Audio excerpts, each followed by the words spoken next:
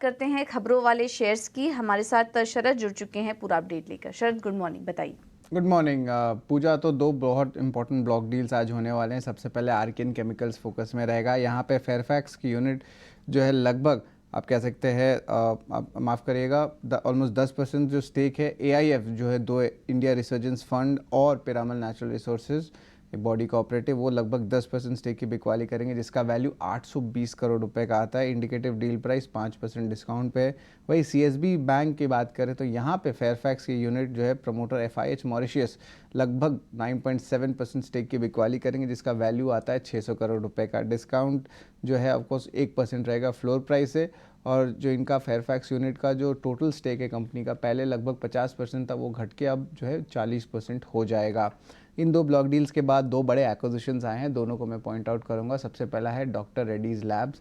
इन्होंने जो है निकोटिनिल बिजनेस हेलियन ग्रुप का उसको एक्वायर किया है 5,370 करोड़ रुपए में। और याद रखिए ये जो है कंज्यूमर हेल्थ केयर बिजनेस है, इनके निकोटीन रिप्लेसमेंट थेरेपी को लेके, और ये नॉन यूएस मार्केट्स के बिजनेस को उन्होंने एक्वायर किया है। ट्रांजैक्शन एक्सपेक्टेड है कि चौथे तिमाही कैलेंडर ईयर 2024 तक कंप्लीट हो जाएगा। और जो डील है 2.3 टाइम्स उनके कैलेंडर ईयर 23 रेवेन्यू के आसपास है।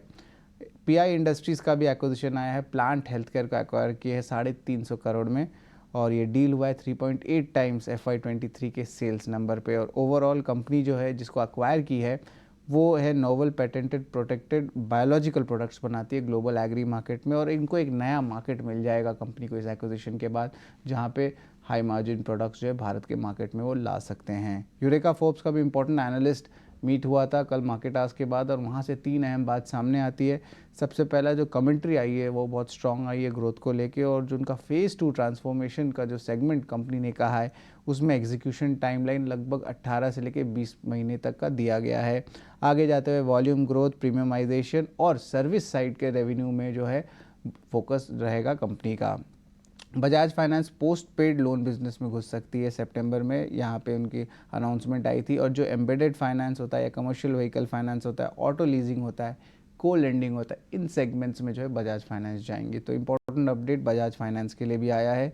कल इंडिया सीमेंट्स हमने देखा था स्टॉक में तेज़ी आई थी, बस भी चल रहा था अक्रॉस द स्पेस की कुछ एक्विजिशन को कॉन्ग्लोमरेट कर सकते हैं। और आज जो है कंपनी ने जो है ये एक इम्पॉर्टेंट न्यूज़ फ्लो आया कि कंपनी जो है एफएनओ से वायदे बाजार से एक्सक्लूड हो जाएगी अगस्त सीरीज़ के बाद। जेएसडब्ल्यू एनर्जी भी जो है long term power purchase agreement sign किया है विंड और सोलर को लेकर, लगभग 13,025 मेगावाट का किया है। और अब total locked in capacity company की 13.6 गीगावाट हो जाती है। तो पॉजिटिव डेवलपमेंट हमको जेएसडब्ल्यू एनर्जी में देखने मिल रहा है। बॉश और वर्लपूल दोनों ही फोकस में रहने वाले हैं। दोनों ही एमएनसी कंपनीज़ हैं जिनके इंडिया में जो है ओवरऑल इंडियन आर्म्स भी हैं। यहाँ पे जो है रॉबर्ट बॉश एक्सपेक्ट करे कि वो बिड डालना चाहते हैं यूएस अप्लायंस मैन्युफैक्चरर वर्लपूल का, तो ग्लोबल एक्विजिशन ऊपर में हो सकता है, ये रॉयटर्स से खबर आ रही है। वही एसजीवीएन फोकस में रहेगा, जहाँ पे उन्होंने एमओयू साइन किया है एएमएम अमोनिया के साथ। ये एमओयू इंपॉर्टेंट इसलिए है क्योंकि कंपनी जो है ग्रीन अमोनिया प्लांट से एनर्जी सोर्स कर सकता है, तो इसलिए एसजीवीएन को भी अपने रडार में ज़रूर रखिएगा। और आखिर में आरईसी की बात कर लेते हैं। यहाँ पे एजेंसी से जो है खबर आ रही कि ग्रीन को आरईसी से बात कर रहे हैं, जहाँ पे वो लगभग 2400 करोड़ रेस कर सकते हैं। ग्रीन को एक प्राइवेट कंपनी है भारत की जो बहुत बड़ी one of the largest renewable companies हैं भारत में। तो ऑफकोर्स एक इम्पॉर्टेंट डेवलपमेंट आरईसी के लिए यहाँ पे भी आ रही है। ठीक है, तो ये हैं कुछ इंपॉर्टेंट खबरें जहां पर कि आपको नजर रखनी है। थैंक यू शरद, आपका ये पूरा अपडेट देने के लिए।